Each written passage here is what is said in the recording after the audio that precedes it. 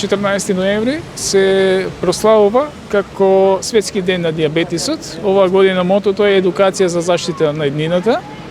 Во склоп на тој ден, денеска, на 11 ноември, вршиме акција за проверка на шеќерот во крвта. Лоцирани сме на плоштадот во Кавадаци, пред самото собрание.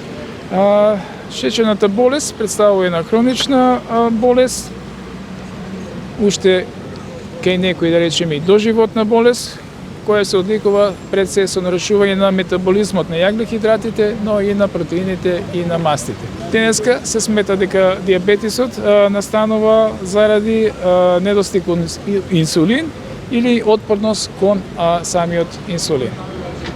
Што треба да внимаваат граѓаните за да имаат коректно ниво на шеќер во крвта? Што е карактеристично за самата шеќерна болест или дијабетот? Значи, една од најразвиените болести, значи најмасовните болести во светски популации.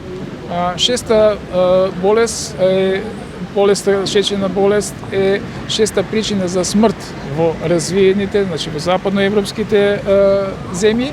Ризикот за смрт е 2 пати повисок кај луѓе кои што имаат дијабет, отколку кај луѓе што немаат.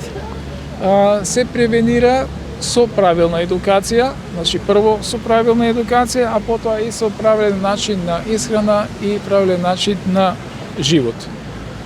Се карактеризира дека е најмасовна болест на современиот човек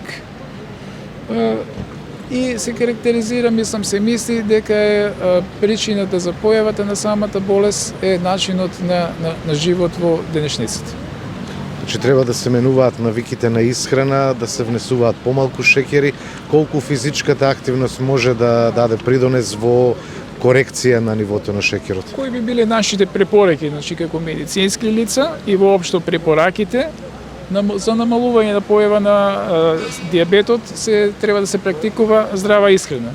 Здрава исхрана зашто подразбира внес на повеќе овоше, внес на повеќе зеленчук, намален внес на шеќери, намален внес на масти. Покрај тоа да се има некоја редовна физичка активност, се препорачува некоја физичка активност 30 минути и на дневно ниво, за многократно го намалува ризикот од појава на било какви болести, не само на шеќерна болест. Одржување на нормална телесна тежина, избегнување на употреба на тутун, на алкохол. Сите овие работи принесуваат за ризик за појава на самата шеќерна болест. И уште една работа, значи кај луѓето кои што имаат фамилиарна анамнеза за шеќерна болест, постои висок ризик за појава на шеќерна болест. Каков беше интересот денеска на пунктот?